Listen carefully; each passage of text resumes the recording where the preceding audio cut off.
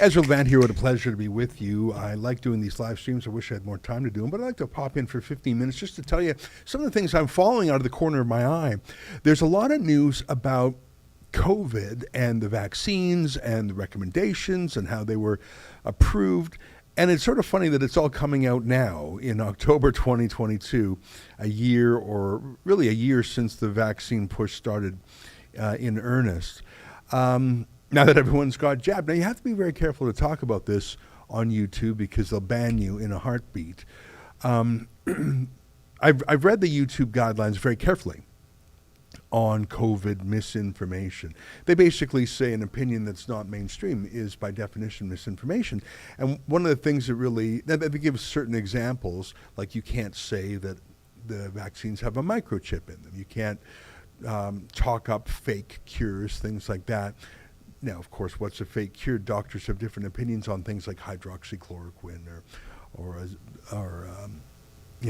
just for example, or ivermectin. I'm not going to talk about that, but I'm giving examples that the COVID misinformation policy on YouTube has some specific examples, some of which I probably would agree is misinformation, some of which I think is just a difference of opinion. You could have two doctors with two different opinions. But the thing that always bothered me the most about YouTube's COVID censorship was that they have a line in there. I don't have it in front of me, but I don't know if you could find it quickly, Olivia, but if you Google COVID misinformation, COVID community guidelines, Google or YouTube COVID community guidelines, pops up pretty quickly there. And one of the items on the list, I haven't looked at it in a little while, but I remember it pretty clearly, is if you contradict, that's exactly it. You found it very quickly. Thank you for that. Can you find the line about contradicting health authorities, contradicting health officials? And that bothered me. Listen, it all bothers me. It all bothers me. Yeah, can you pump that up for me to take a gander at?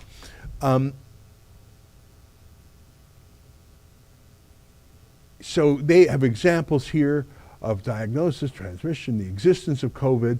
But can you search on this page for health officials? Well, scroll down if you're scroll down.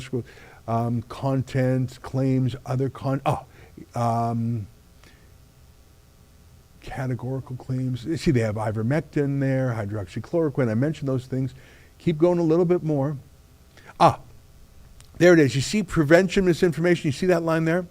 Content that promotes prevention methods that contradict local health authorities or the World Health Organization. And I think there's one more line there about local health authorities. Can you search for the word local? Can you, on that screen, you know how to do that, like Apple F or whatever, for the word local? Yeah, it pops up a couple times. If you you see every case there. That's one right there. That's one right there. Can you put that one up there? Claims about COVID-19 vaccinations that contradict expert consensus from local health authorities or World Health Organization. In fact, can you just keep that on the screen and just click find again, find again? They always come back to that line. Yeah, and just you could show that while you're doing it. Put that back on the screen. So if you search again and again, they always say you can't contradict local health authorities. You can't contradict local health authorities. Thank you so it's all over there. Thank you, Olivia. You found that very quickly. Here's my point, my friends. What's a local health authority? Some unelected health bureaucrat that was appointed by some politician. And they're different in every jurisdiction, right? And a health authority, they don't mean like an authoritative doctor. They mean like some political position. So by definition, not only is Google, YouTube taking an opinion on medical things, and Google is not a doctor. And if Google consults a doctor, well, there's other doctors with other points of view. But embedded in their censorship list there, they say you cannot disagree with your local boss. That's what a health authority is. Your own doctor may say something. Science may say something. But whatever your local boss, your local government boss says, you can't contradict your local government boss. It's deeply undemocratic. It's not just unscientific. because you could have 10 local authorities saying 10 different things, and you can't defy any of them. You can't criticize any of them.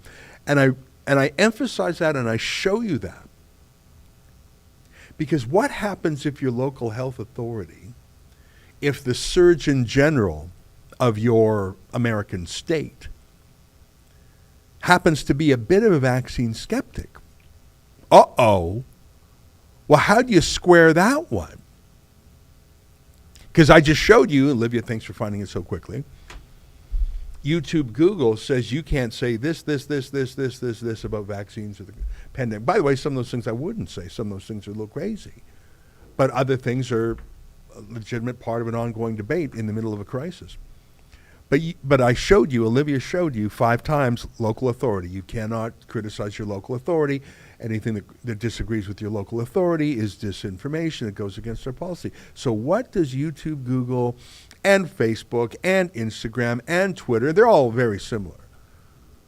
What do they do when the local health authority happens to be a surgeon general, went to Harvard, medical doctor, super smart guy, says, yeah, we've seen a study that says we should not. Is this the latest one? This is not the latest one. This is another story about him slamming Biden about restricting antibodies. Where I'm talking about the Florida Surgeon General who went on Twitter. If you go on Twitter, just go to the Florida Surgeon General, who said, we have new science. This is what the Florida Surgeon General said. We have new science that says we should not give the vaccine to young people because the risks outweigh the benefits. And if you just go to the Surgeon General's own Twitter feed, you'll see the tweet. Yeah, that's the Twitter page right there, exactly. Joseph A. Ladapo, MD, PhD, 25th State Health Officer and Surgeon General of the great state of Florida, father of 3, runner, advocate for healthy living, Harvard grad.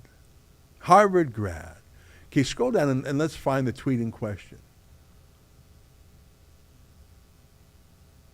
So he's rebutting a little bit further. We're looking for the tweet that was banned but then brought back up.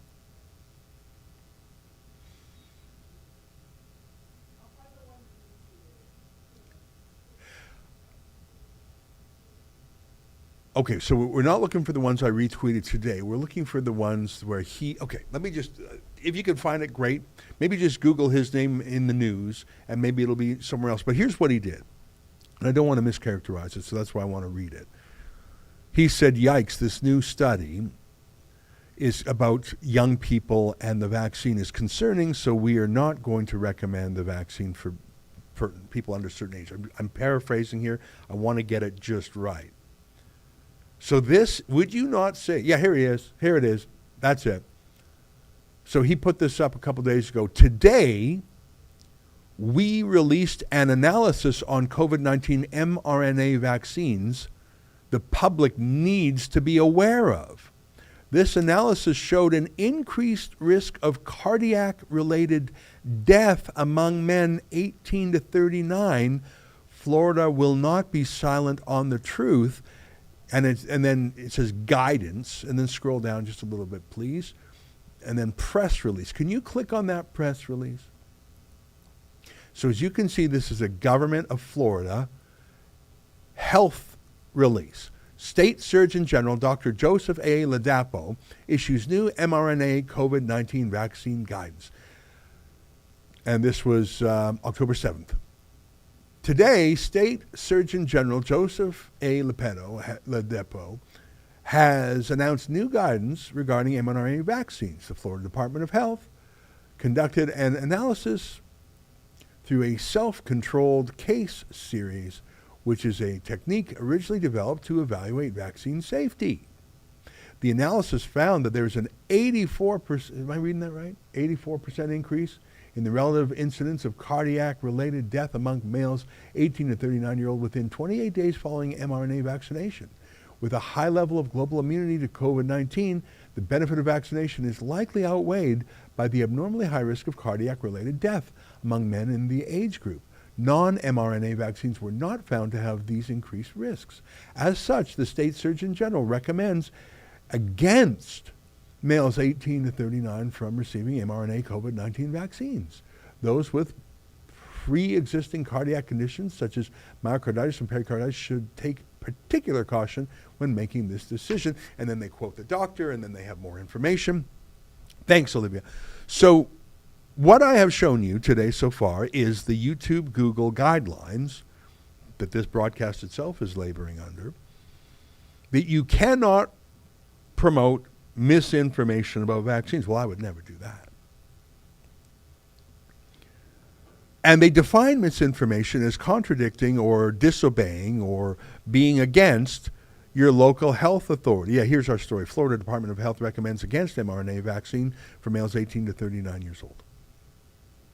So I just showed you again and again, YouTube and Google are saying, do not contradict your medical bosses. Now, the Surgeon General of Florida is not my doctor. He's not my friend, and I'm actually not even a Floridian. But if I was a Floridian, I would say I have the right to contradict whoever I darn well please, as in the First Amendment, I would say, if I was an American. But YouTube, Google disagrees. They say you must not, cannot, shall not, will not defy your local health authority. And it don't get much more authoritative than the Surgeon General and the head of Florida Health. And this was not an untutored opinion. This was the result of a study, an investigation. So now what you're going to do, YouTube, Google, you literally warned all of us, do not defy your health bosses.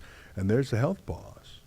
Well, Twitter suspended that tweet. Twitter froze that tweet because they have similar rules. Uh-oh. You can imagine, silence skeptics, obey health authorities. Which button do they push? Well, they push one and then they push the other. Very interesting, don't you think? Very, very interesting. Remember, do not disobey your health bosses. Oh, unless the health boss is worried about mRNA vaccines. But let me show you news out of Europe. And again, never, never, never contradict a Pfizer executive. I mean, I'm surprised they haven't given Pfizer the Nobel Prize for Medicine and Nobel Prize for Physics and Chemistry, and then definitely the Nobel Peace Prize, and the Nobel Prize for Economics. I mean, they've made tens of billions of dollars. I mean, they surely deserve the Nobel Prize for Economics. So remember, if I can just add the unwritten rule, never, never, never, never contradict a Pfizer executive. I mean, look, they're big pharma. Would they lie to you? Well, let me show you the European Parliament, where this MEP, that's the member of the European Parliament, so remember the European Union has their own parliament in Brussels. So they were having hearings, and they had a Pfizer executive come to testify. Okay, so let's get the truth from the Pfizer executive, and let me show you the exchange there. And again, I'm just following YouTube Google guidance. Do not disobey your health authorities. Do not disobey Pfizer. Take a look. If you don't get vaccinated, you're antisocial. This is what the Dutch Prime Minister and Health Minister told us. You don't get vaccinated just for yourself, but also for others. You do it for all of society. That's what I said. Today, this turned out to be complete nonsense.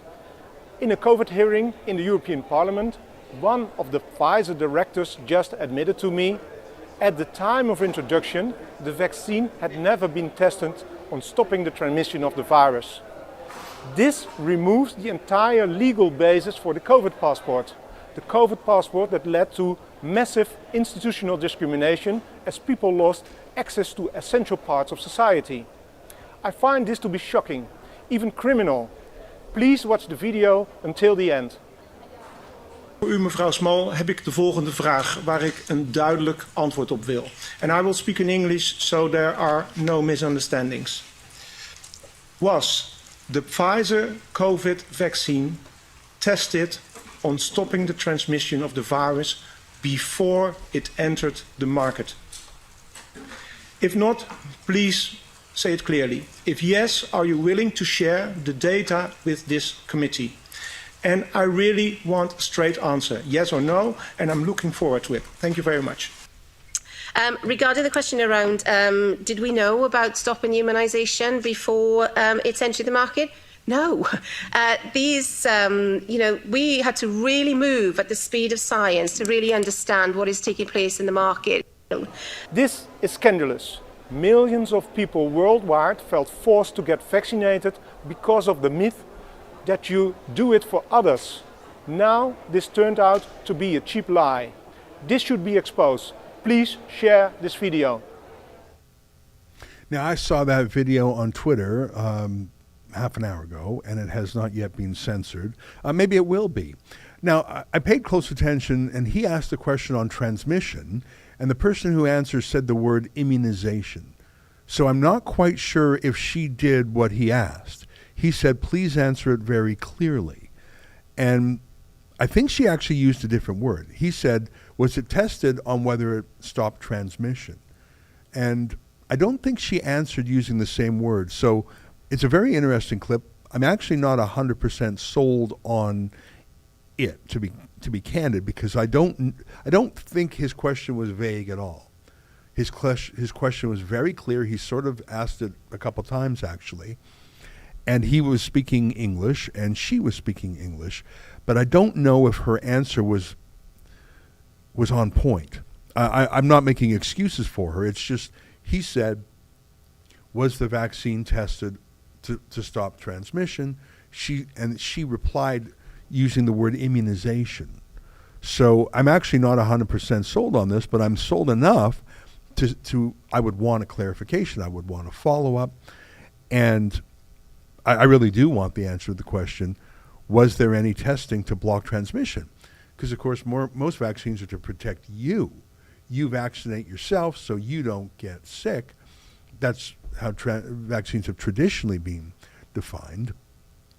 The idea of it blocking transmission, that's really that was one of the rationales cooked up during COVID-19 for the vaccine mandate, as that, I think he was Dutch, member of the European Parliament, says. So anyways, I'm going to wrap up now on those two subjects because I just find it fascinating. Both of them go to what is an expert. If the Surgeon General and head of health for, the third largest state in the union, or there's California, Texas, and then Florida, I think. Can't remember if Florida's bigger than New York. So it's one of the top 4 states. PhD, MD from Harvard says, whoa, young men should not take mRNA vaccines. Okay, so does that mean you can't contradict him? And if you contradict him, you're violating YouTube, Google? That's what the reading of the rules seem to say to me. And then here you have a Pfizer executive, and again, I'm not sure if she's being misinterpreted because it's a little bit, there was a terminological difference between the question and the answer, so I want to learn more. But if indeed that MEP is correct and the Pfizer boss, the Pfizer director says, no, we didn't test transmission, that's a pretty incredible thing to say. And can I quote, question in the back here, can I quote a Pfizer exec who says it wasn't actually tested on the issue of transmission? Or am I only allowed to quote Pfizer when they say self-serving things? So a little interesting day on the vaccine front. You wouldn't be thinking that we would be talking about these things in October 2022, but that's what happens when you rush a vaccine into market on an emergency use authorization before they're fully tested. I want to talk about one more thing before we go. I was in Aberdeen, Scotland on the weekend. Aberdeen is very far away from my home. It was a bit of a schlep to get there, but I got there. And I went there because during the lockdowns, there was a young woman and her mom and her younger brother who were at home in Aberdeen. And they were just, at home during the lockdowns. And I don't know if they were noisy or something, But a neighbor snitched on them. A neighbor snitched.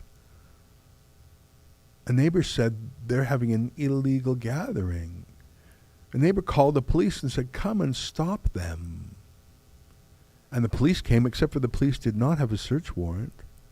You know the old saying, a man's home is his castle. That's actually a British legal concept. So here you are in Scotland, which is part of Great Britain. A man's home is your castle. You no search warrant, just some snitchy neighbor who said they're having an illegal gathering. And Olivia, I'd like you to show the actual video of when the police stormed in and simply refused to leave. No search warrant, no crime of any sort, false information from the snitch about an illegal gathering. And look what happens when Gabby and her mom and her brother say, get out. The cops do not get out. Gabby is the one holding the phone, and she actually has an epileptic seizure. Take a look.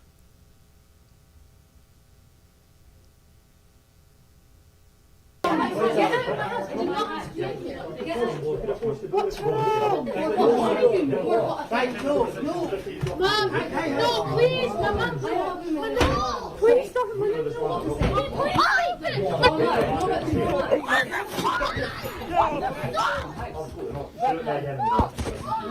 just stop it, Mum.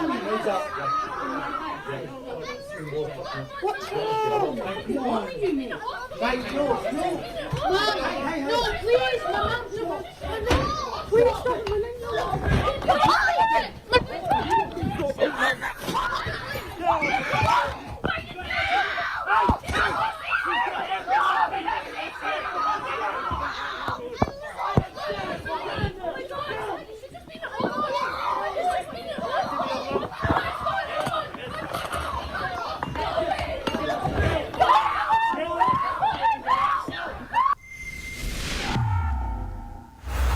So that harrowing video there. So that's was Callum Gavin Smiles, one of our Burnett, new who reporters in the Aberdeen UK. Now, can you go to the video that I actually filmed when I was in Aberdeen over the weekend? I want to show you. I met with Gabby, who's the 20-year-old woman. I think she was 19 or 18 at the time.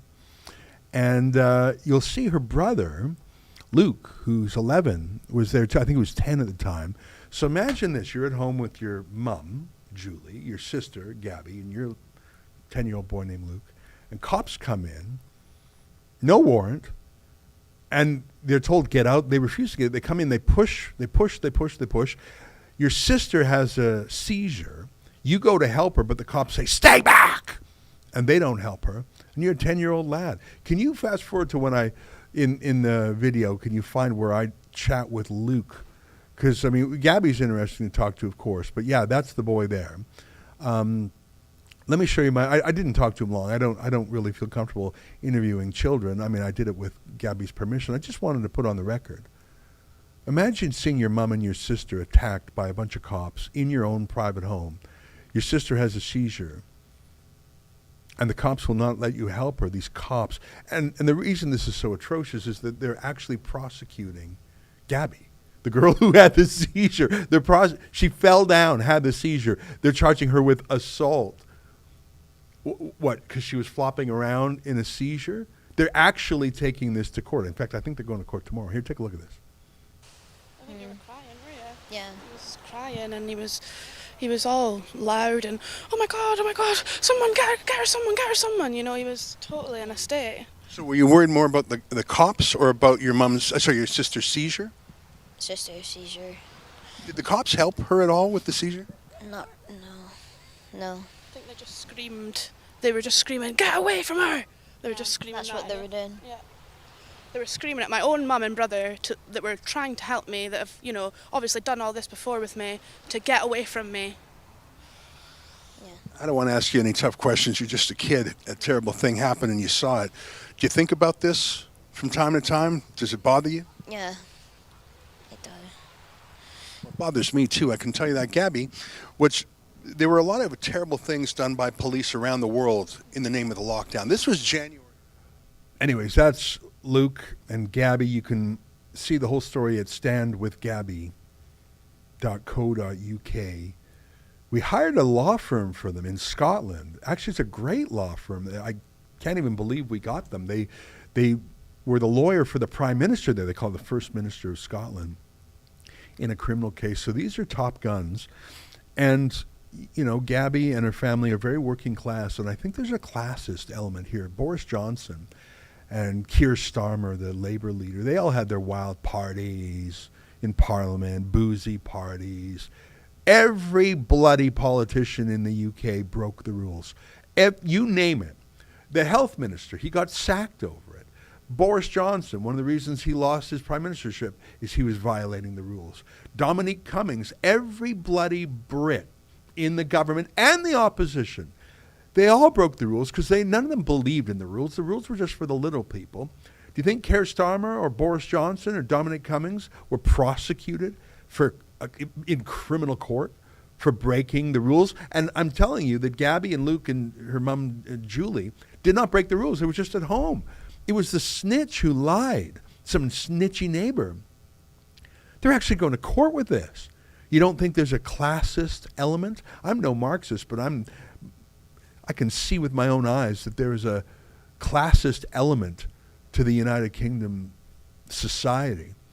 And if Gabby Burnett was some posh, connected, Cambridge or Oxford grad, I can assure you she would not be roughed up by police and prosecution. I am mad about this case.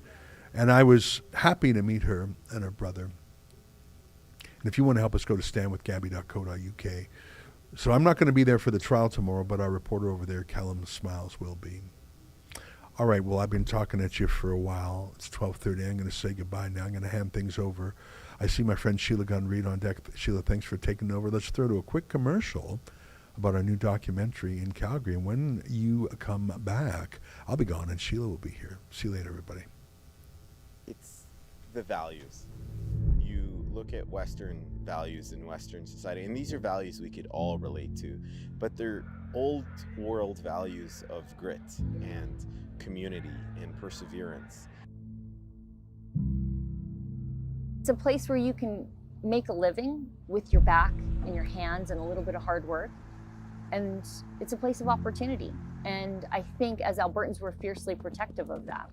The world's energy crisis has been grabbing newspaper headlines. In a nutshell, we're running short of petroleum resources and the prices are zooming upwards. My colleagues in the government and I have come reluctantly to believe that the price of oil in Canada must go up.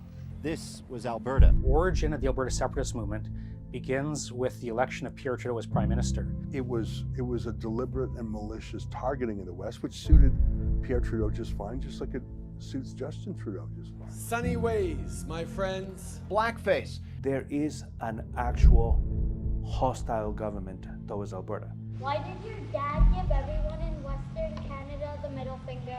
Really, in politics, you do have to make big decisions, and whenever you make big decisions, there's going to be people who agree with it and people who don't disagree with it. Plenty of people want to leave this country. It's not the kind of idea you'd expect to hear from someone who wants to win power and hold power. It is a radical idea.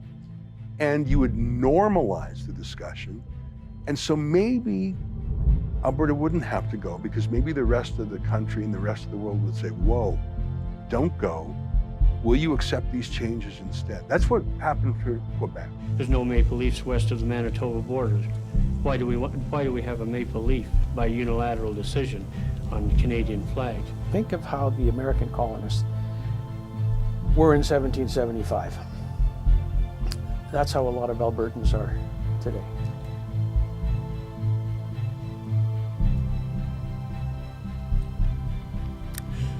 Good afternoon, ladies and gentlemen. You have tuned into the second part of the Rebel News live stream on this, a Tuesday, October 11th, 2022.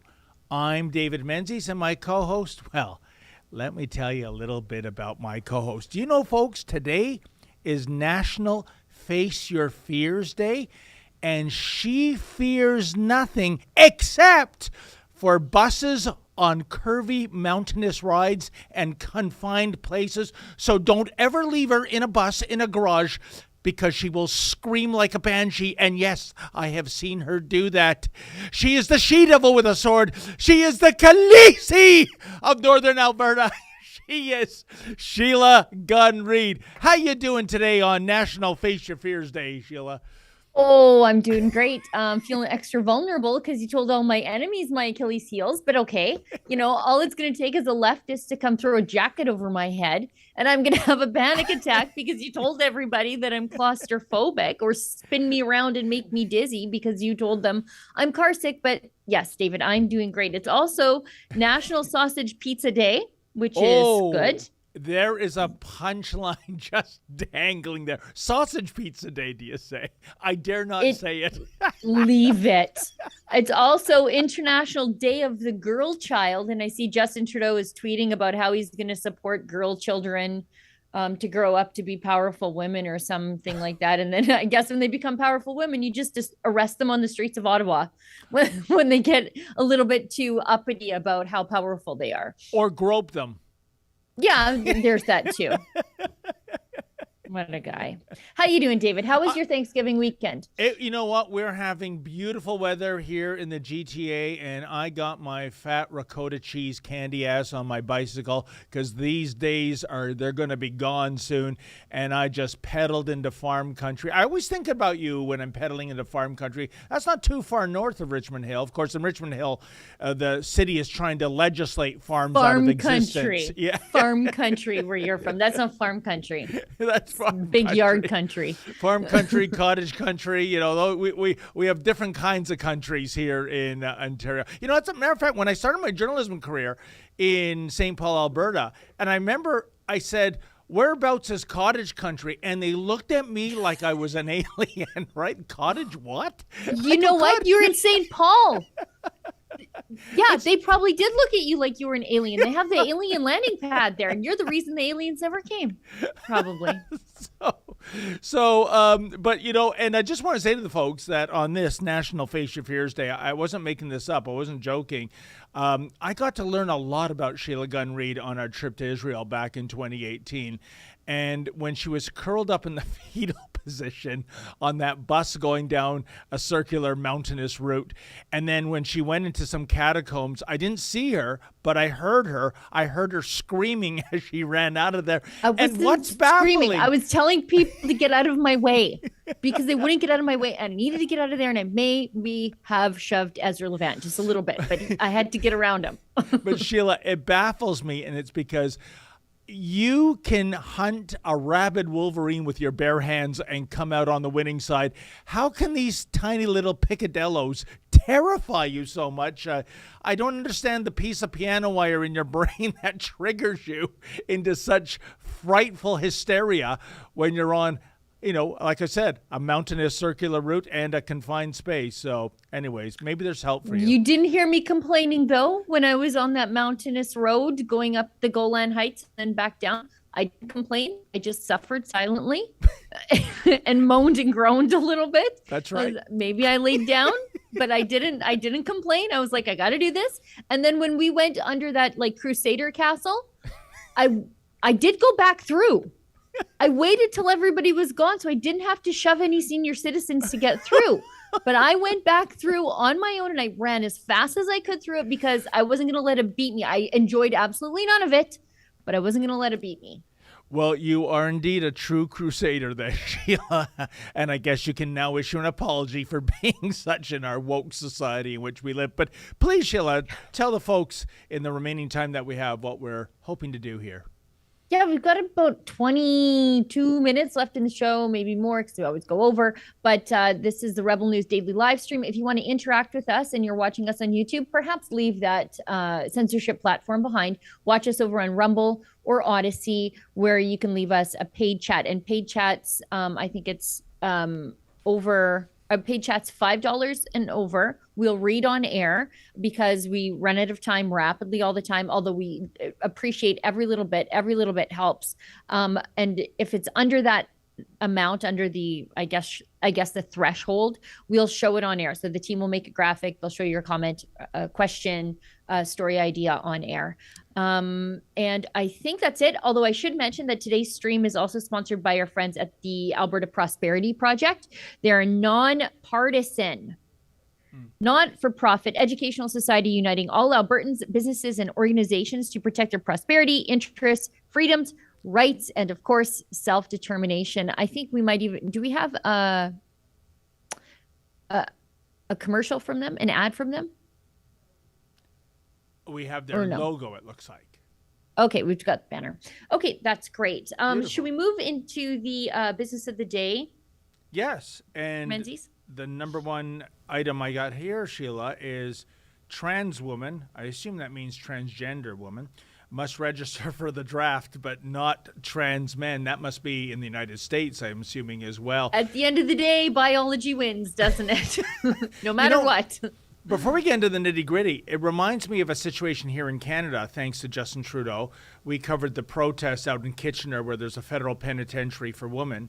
And a man, he can be like a 300-pound bearded biker. He just has to say, I'm a chick. That's all, just has to say it.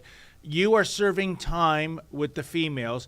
What could go wrong, especially if you're a sex offender, being in confined quarters with so much prey, if you will. But, Sheila, if you are a woman and you say, I identify as a male, you do not get to go to a federal male penitentiary. And basically, it's because the guards don't want the extra work. We know you're going to be brutally assaulted, raped, worse, and forget it. But yeah, you're right. To echo what you just said, it looks like biology wins every time, doesn't it? Yeah. And this is a odd thing because it is going to, imagine going to some of these less tolerant, less woke parts of the world as a man identifying as a female. It's just so dangerous. Oh yes, and I mean, and I'm assuming you're meaning like in the Middle East, with the exception of Israel, which actually has 2 gay pride parades a year versus 0. I think we were there in Tel Aviv right after Pride. That's right, because we saw some of those flags, and yet. This is what I don't understand about the woke left. Until very recently, Sheila, at the Toronto Gay Pride Parade, you had a group marching called Queers Against Israeli Apartheid. And what was incredible... They should go tell Hamas their problems then. Oh, yeah.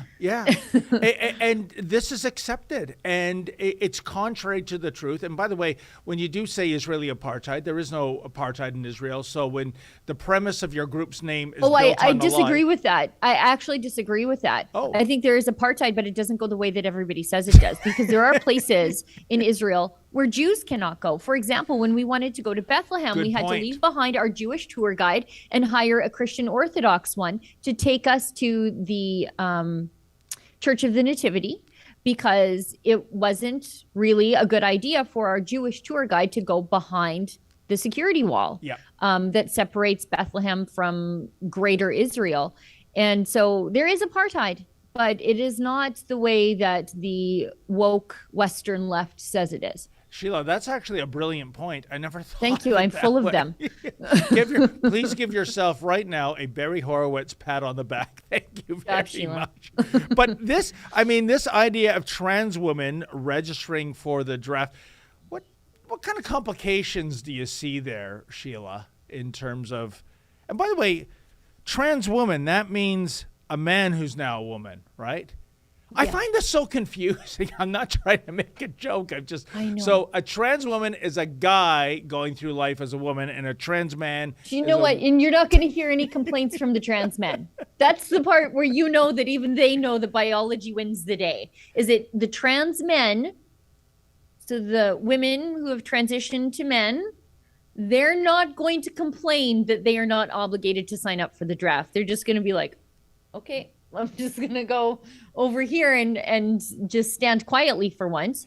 They're not going to complain that they don't have to go into armed combat with enemy combatants.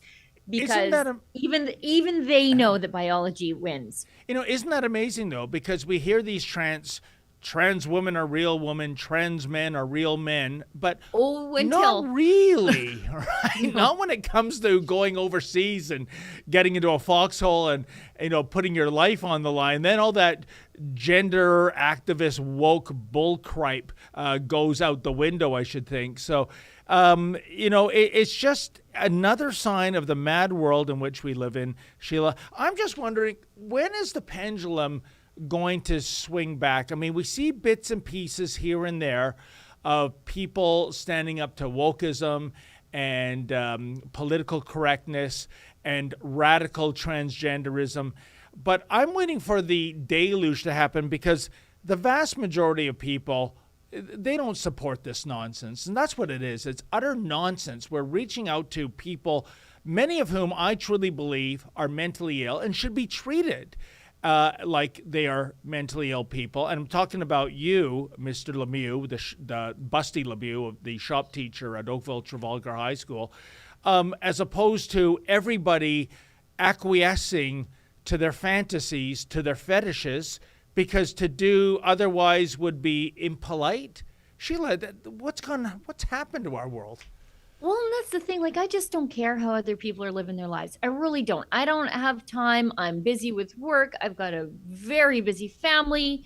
I just don't care. My problem is, don't make me care. Don't use the government to make me care. Don't use social media companies to make me care. Leave me alone, and I will leave all of you alone. In fact, like I said, I don't have time to care about what you're doing, except insofar as you force everything on everybody else. I think that's where most people fall down on this. And that's why most people find Busty Lemieux so darn offensive, is whatever you're doing, why are you forcing this on a group of teenage boys in a shop class? Like, it's just so creepy. And you literally cannot ask questions about it, because even that's an act of transphobia. At the last Halton District School Board meeting, where we got booted out for asking an impolite. It's not going to be the last Halton School Board meeting you're going to be kicked out of. Oh boy, I'll keep my powder dry on that one. But yeah, you had to submit your questions in writing, and they would select those they deemed that they wanted to ask. Do you know democracy? For tomorrow. We didn't know how good we had it, Sheila, because evidently there shall be no questions entertained by parents at tomorrow's trustee board meeting. Yeah, that's hot off the press. Feels a little bit like how Glenn Youngkin got elected. Exactly. Once you start cutting parents out of this is a school board meeting. Yes. The school board exists because of students, and students exist because of parents. You answer directly to those parents, or you get your unaccountable else come who will answer some questions. Yeah, we are paying their salaries. They're our servants. And by the way, Sheila, this speaks to the bigger picture. I won't delve too deeply into it. Why do we have school boards? Why don't we just give principals added power and get rid of these woke rubbish organizations? Because they're all going woke. I mean, the Hamilton Wentworth District School Board. I guess the point. Sorry, go ahead. Oh, the Hamilton Wentworth District School Board, prior to the weekend, said, "Happy long weekend, everybody." Not Thanksgiving weekend or Thanksgiving Day. Yes, because evidently to say the T word, that's kind of it. They've successfully eradicated Christmas with the war on Christmas.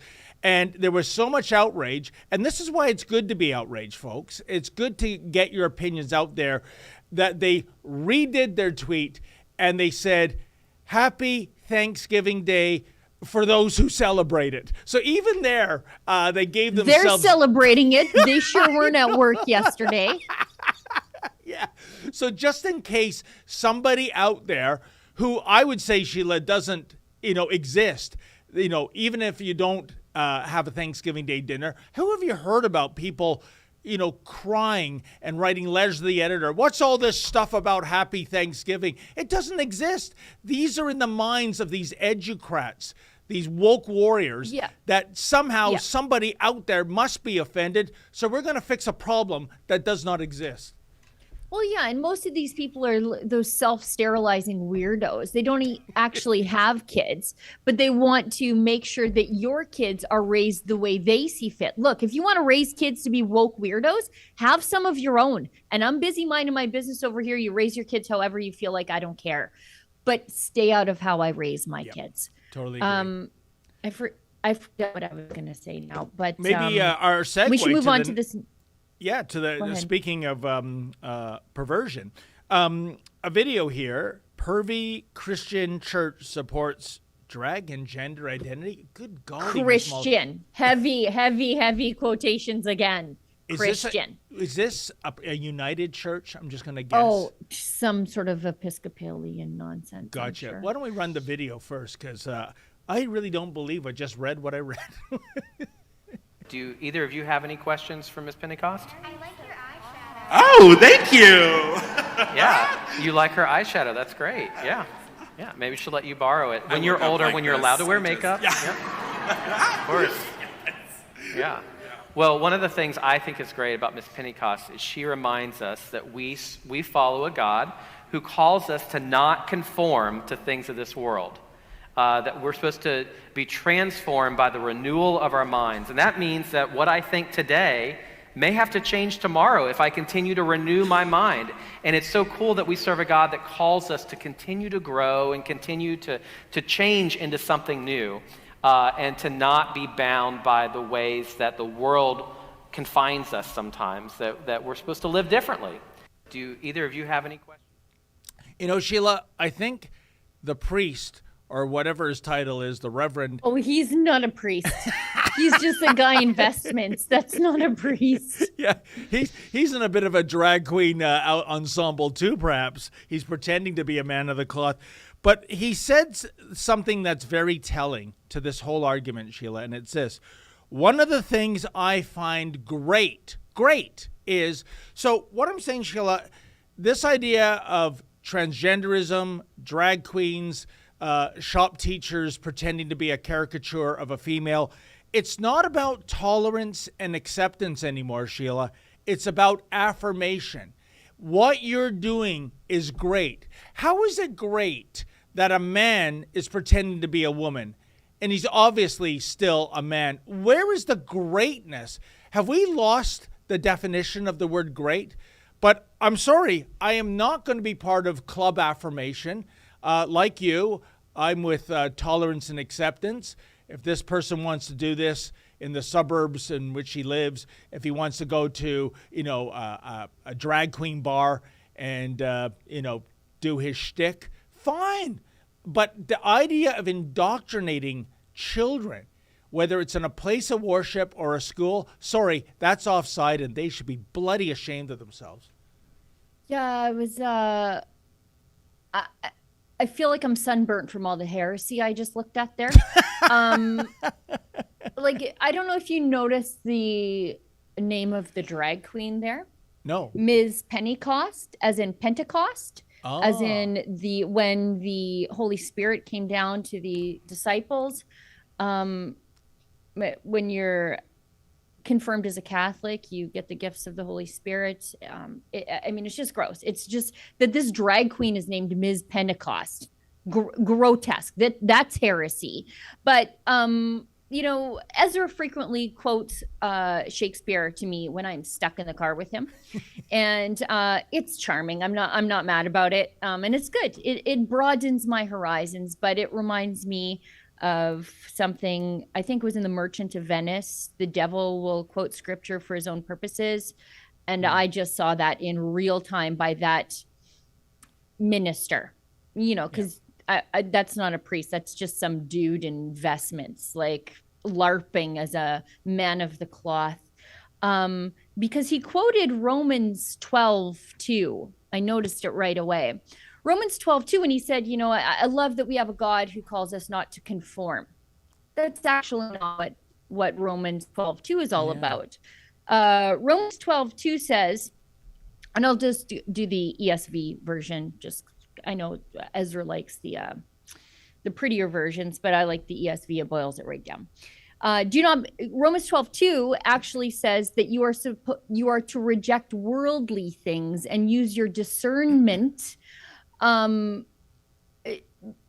against these things. It is conformist to be pro drag queen story hour. And they enforce that conformity with force, that you will be canceled from the world, called a bigot. That's another thing that actually Jesus said would happen to us, is that we would be called bigots and hated because we followed what he told us to do. But anyways, Romans 12:2 says, do not be conformed to this world, but be transformed by the renewal of your mind. And this is the important part that this guy Investments, LARPing as a priest, left out, that by testing, you will discern what is the will of God, what is good and acceptable and perfect, not just because it's popular, because it's cute, and because this garish man in a sequin dress is standing in front of you, that you should just go along to get along, that you're supposed to use your discernment to decide what's right and good and just, and not what Twitter says and media says, but what God says. I'm pretty sure God told us that we were created in his own image and not whatever I just looked at there. You know, Sheila, what you just said is extraordinarily profound. I'll tell you why. Whether he's a reverend priest, whatever you want to call him, he has one job to do, which is to read and study the Bible and convey those biblical verses. And he's completely screwed up. He doesn't know what he's talking about. So how does he have any credibility? That's his one job. It's like a pilot that says, I love flying, but I can't land the aircraft. You know, you're useless then. Yeah. Matthew 10:22, and I don't want to turn this into a sermon, but this guy Investments, he might want to learn this one too. And you will be hated by all for my name's sake, but the one who endures to the end will be saved, as in the people who do not falter and who do not go along to get along, who compromise their morals and principles for the sake of being liked, much like this reverend is. And the worst part is there's little kids sitting there, right there, little kids getting indoctrinated into this madness by the people they trust, their ministers and their parents who allowed this all to go on. I think it's grotesque. Unbelievable. Sheila, let's take an ad break, and when we get back, we'll talk about how now Greta Thunberg is evidently an energy industry consultant that the world leaders defer to. Yeah, welcome to Clown World on steroids, folks, but check out this spot. We'll be right back. Summer. Summer is over. Some are even saying it might never return. According to the Prime Minister, this is no time to be joking around. In Switzerland, they're saying you'll own nothing and you'll be happy. German guy. Germany. Germany never did anything wrong. Not that I can recall.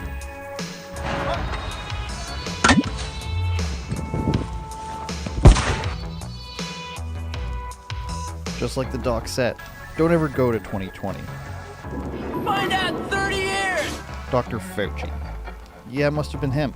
Dr. Fauci, give us vaccines.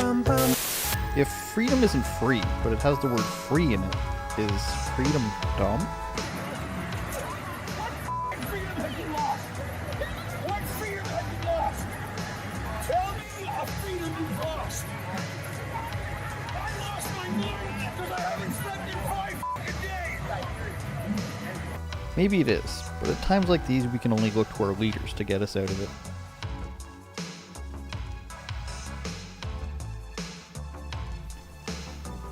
rebelnewsstore.com.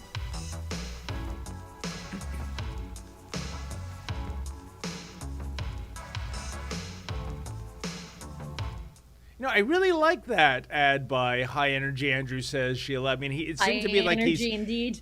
Yeah, he's channeling Deep Thoughts by Jack Handey. You know, do you remember that back when Saturday Night Live was, you know, actually funny? But, you know, So long and ago. I got to... That one clip of that Ottawa resident where he's saying, well, I can't say it verbatim because he's dropping an F-bomb where it's 5 effing days of this horn honking, he can't sleep. I was in Ottawa for almost a month, Sheila, and maybe it's just me. Maybe I'm a deep sleeper. I always stayed at a downtown Ottawa hotel. I could hear the horns, and it just kind of,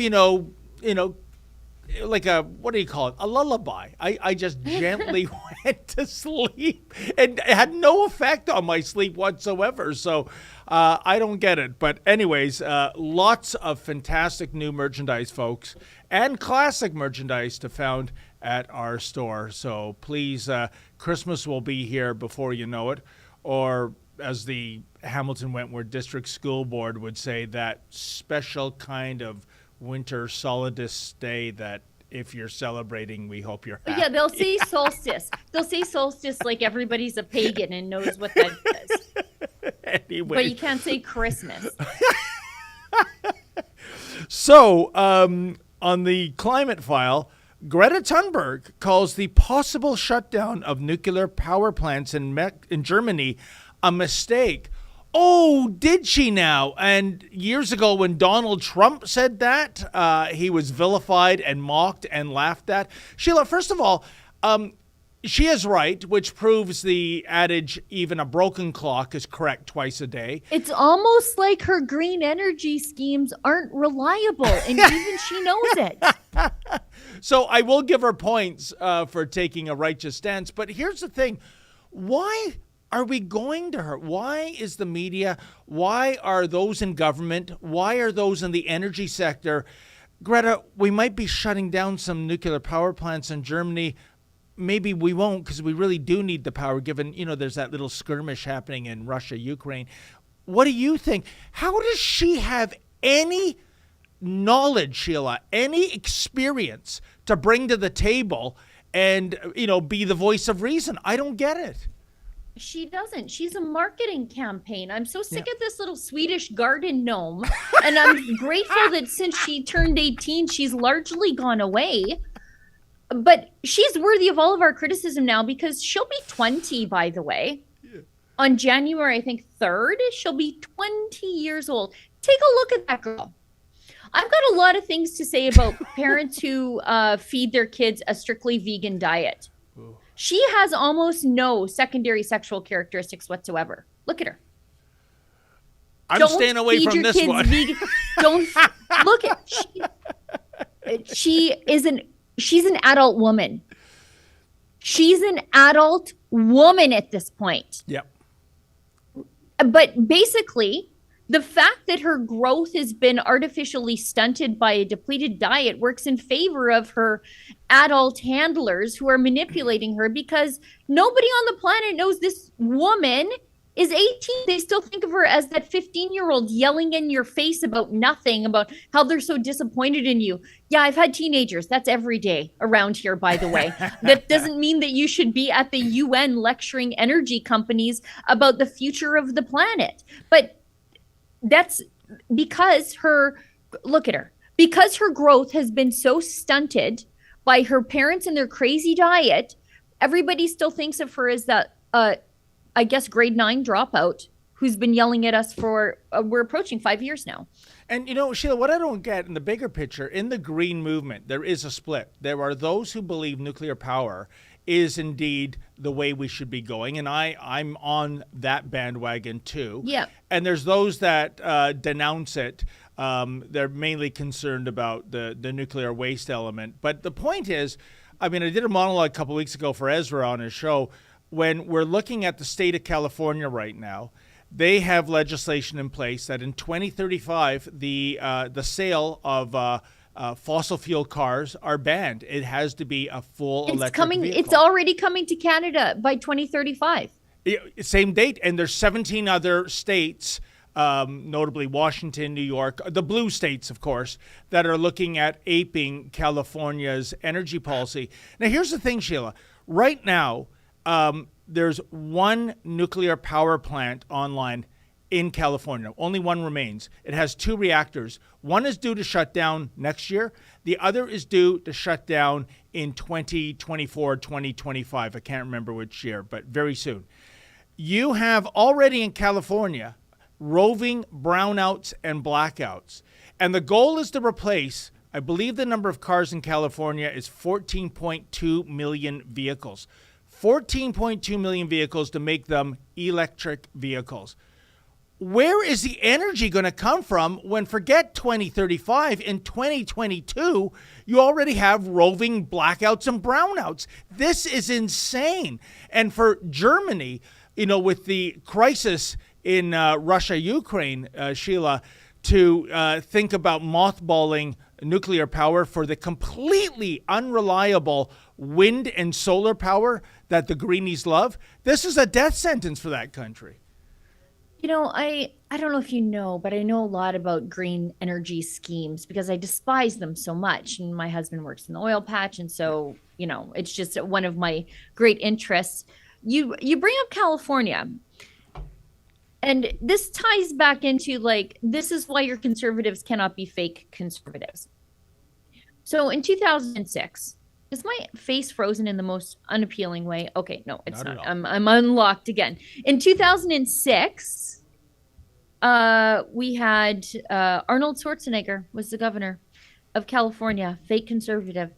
But since 2006, California has not only been pushing for these photovoltaic fields of garbage we call solar arrays in the desert, bird roasters, but they've also been encouraging people to put solar panels on their houses. And you would think, okay, California, it might make a little more sense than Edmonton, where we get 5 good hours of daylight in the winter. They've been pushing for rooftop solar. They've been incentivizing people to do it, much like now the Canadian federal government is incentivizing people. And the NDP did it in Alberta too. They did this push to have people put solar panels on their houses and give rebates. Well, as it turns out now, 1.3 million rooftops later in California, the bill's coming due. And by the bill, that means the environmental bill, because these things only have a 20 to 25 year lifespan. And now they don't know what to do with them because they're so outrageously toxic. They pushed to get them on rooftops in 2006. We're approaching 20 years out and people are scared because they don't know what to do with them. They're ending their life cycle. You can't recycle them. They're full of toxic chemicals, and they have a 1.3 million household problem with these in the state of California. And so unbelievable. This is the stuff that the push for green energy, they want it to happen now. But what do you do with the fallout in 20 years from now? And they keep telling me that my comfortable SUV is going to spell the end of the world. But when my SUV reaches the end of its life cycle, we crush it, we recycle it, we start again. You can't do that with these solar panels. It's too bad we don't live in the comic book world, Sheila, because if we did, we'd have Superman to collect all the panels and then throw them into space like he did with that nuclear missile on the Eiffel Tower. It's Mars's problem now. I know. Except the resounding explosion might destroy the Phantom Zone, and then we'd have all these supervillains freed. I don't know what you're talking about right now. Somebody out there does. And if you do, send us a super chat if you know what I'm talking about, so we can educate Sheila Gunn Reid. I don't know what nonsense you're talking about. Hey, by the way, Olivia, do we have B-roll or do you have footage of Danielle Smith being sworn in? Is that ready yet? She's going to look right now and find it for us, Sheila. Currently, or momentarily, I think, Alberta is getting a new premier, an anti-lockdown premier who said that she would go on an apology tour to apologize for how people were treated and how their civil liberties were violated during the lockdown by the last, again, allegedly conservative premier of Alberta, Jason Kenney. She's also said that she would provide amnesty for COVID scofflaws. Yes. I'm going to hold her to that. That's so important. Sorry to interrupt, Sheila. That's the key. If there was one question at a press conference I could ask today, that's it. Are you going to fall through on reparations, amnesty, however you want to call it? Because that's where you put your money where your mouth is. And she campaigned on that, correct, Sheila? She absolutely did. It was at her very first press conference when she announced that, this is Chief Billy Morin. He's a staunch conservative. He is the chief of the Enoch Cree First Nation. He endorsed Pierre Poilievre. and he is unashamedly conservative. He's pro-business. He's pro getting out of generational poverty. He's an example for his people, and he's on Danielle Smith's transition team, which I think is an incredible thing. So that's just a B-roll in the background, but she's currently being sworn in as we speak right now. And my question to her, David Menzies, would not be, are you going to do it? It's, when are you going to do it? Because I don't think we're going to stop here at Rebel News till she does. And that's why you're the chief reporter. Thank you. Actually, by the way, I do have a petition. It's at lockdownamnesty.com. If people want to sign that petition, and we'll deliver that directly to the Premier's office. Just to remind her that these are the promises she made, and actually she made that promise to Adam Sos in her first press conference. So, Sheila, I think that's the first part of healing this province. If you were a betting woman, and I don't know if you are or not, what do you say in terms of Danielle Smith following through on those promises of amnesty? Will she do it, or will something get to her, kind of like that thing that got to Andrew Scheer, Aaron O'Toole, Jason Kenney for that matter, the mean girls in the media or whatnot? Will she bend the knee, or is this going to be, Alberta's version of Margaret Thatcher? I don't think she cares about the media. Good. She was in the media. That's right. She quit because she felt that she was being censored. There were certain things she couldn't talk about. When she worked for Chorus, she said, I want to talk about lockdowns. I want to talk about vaccines. And instead of just being fired, she just quit and then started her podcast and then so that she could talk about the things that she wanted. At press conferences, she didn't limit who could come. She didn't limit who could ask questions. So I really don't think she cares, especially with her Sovereignty Act, which is just something that may give Alberta just equal footing in confederation with our friends in Quebec. The media was eating her alive on that, including the national media.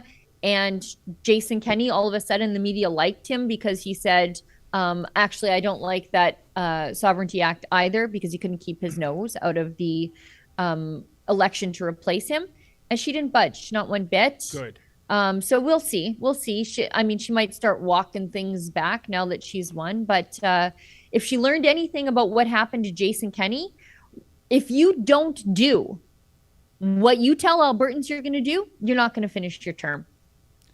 Oh, well said, Sheila. And, I'd love to have coffee with Mr. Kenney just to find out how much buyer's remorse he has for bending the knee, for backflipping, for flip-flopping, for becoming the Alberta version of Mr. Dithers, trying to be all things to all people, satisfying nobody. Because if he had to do it again, if he could have been, the provincial version of Ron DeSantis, Danielle Smith is still maybe on a radio broadcast. Yes. I'm just Googling something because I see one of our super chats, which we should get to because I have to move on to okay. another thing, and we're past the time. I'm just trying to, this lady makes a very good point as I look out of the corner of my eye at these super chats, but we'll read them right now. Pamela for Freedom. You want to bring that up? Perfect. Pamela for Freedom says there are also Muslim towns. This is on our point about the apartheid is not the way that everybody thinks it is. There are also Muslim towns in Israel whereby Jewish people are not safe to go, especially at night. Bethlehem is in Palestine. It's not in Palestine. Palestine is not a real place. It's in Israel, but it's behind the security wall. I personally felt unsafe. She was also in Tel Aviv around Pride season. I'm just trying to look at there was I forget where it was. There was a synagogue where it was on the, in the Palestinian controlled territories, I'll say, because I don't want to say Palestine, it's not a real place. That there was, I think there was a synagogue that they closed. And I think it was the Jewish government closed it because keeping it open would be too incendiary to the Muslim population in the town. I can't remember the name of the town, but yeah, Ramallah, I don't think is a great place for Jews to go. Anyway, I can't remember what that was, but I can't, I'm trying to remember where that was, that Hmm. and the Jews there kept trying to reopen it and trying to keep going to it, but the Israeli military, I think, sort of said no, don't do it. Wow. Yeah. Anyway, let's keep going. I wish I could remember that off the top of my head, but my Middle Eastern current events, circa 5 years ago, it's not great. Hey, the Dun gives us $5. It would be better for him if a millstone were hung. We're quoting the Bible again. I'm sure this is like Sheila's Christian broadcast hour. It would be better for him if a millstone were hung around his neck and he were cast into the sea than that he would cause one of these little ones to sin. Luke 17:2. Yes, that is Jesus. That's the Bible telling you about indoctrinating little kids into your disgusting ideology. That it would be better that you were dead than that these little kids were encouraged into sin. But Sheila, there's a lot of blame to go around with that story, and a lot of the blame has to do with parents who would bring their children and get them involved in that, as opposed to saying this is rubbish and just walking out and finding a new church, quite frankly. I mean, what is in their heads that they think this is a good idea? Because your children are just an accessory to your wokeness for some of these people. Unbelievable. Right? You see that all the time where they're like, oh, my baby's trans. And it's like, your baby doesn't even have an idea of self outside of its relationship with its mother. Like, you know what I mean? Yeah. But there are people who are like, I'm going to let my baby choose their gender, so I'm going to give it a gender neutral name like Morgan, which I only think of off the top of my head because that's my dog's name. But like there are plenty of those people out there who are like, I'm going to raise my child genderless. So they're not even interested in parenting and raising good citizens. They're just their child is like a handbag to them. It's just part of their outfit. Where's the Children's Aid Society when you really need them? Oh, leaving kids with these people. And actually, Children's Aid Society snatching kids away from Christian parents. If Christian parents say, no, I don't think you should be choosing this stuff so early, or at least not experiencing medical interventions that will be permanent. Nope, you're out of that household. Unbelievable. Fraser McBurney, fight the fines recidivist from Hamilton. Loves his caps locks because he's a passionate man. Gives us $5 and says, Thanksgiving, some holiday cleaning, cooking, washing dishes. I was busy all day. How about you? I was in Kamloops watching my daughter win the Kamloops Rugby Sevens in 7 straight games, undefeated. Oh, they won? 7 games. Of course they did. They get a little, where's the championship thing? What do you mean? I don't show pictures of my kids on social media normally. But yeah, they won. Congratulations. This would be Riley, right? Yeah, lots of my daughter just coming in like a freight train. Sheila, you have the best kids. Congratulations. Yeah, they're Riley. all right. Thank you. Yeah, they're all right. I should write a parenting book. I think we're all caught up. Oh, okay then. Well, listen, folks, thank you so much for tuning in on this day after Thanksgiving, or whatever the Hamilton Wentworth District School Board Turkey Day. I want to thank everyone behind the board, Efren and Olivia, and I think Isabel might be there. And, of course, to my co-host, Sheila Gunn Reid, and to all of you that tuned in, and especially to those of you who made a donation. We need it. We need it more than ever. There are so many stories, folks. There are so many places as the travel apartheid rules come down that will be going to bring you the other side of the story that I know you appreciate. So there'll be 2 other Rebels in this space at 12 noon Eastern tomorrow. And in the meantime, as always, stay sane. I mean, personally, I think that it's a very bad idea to focus on coal when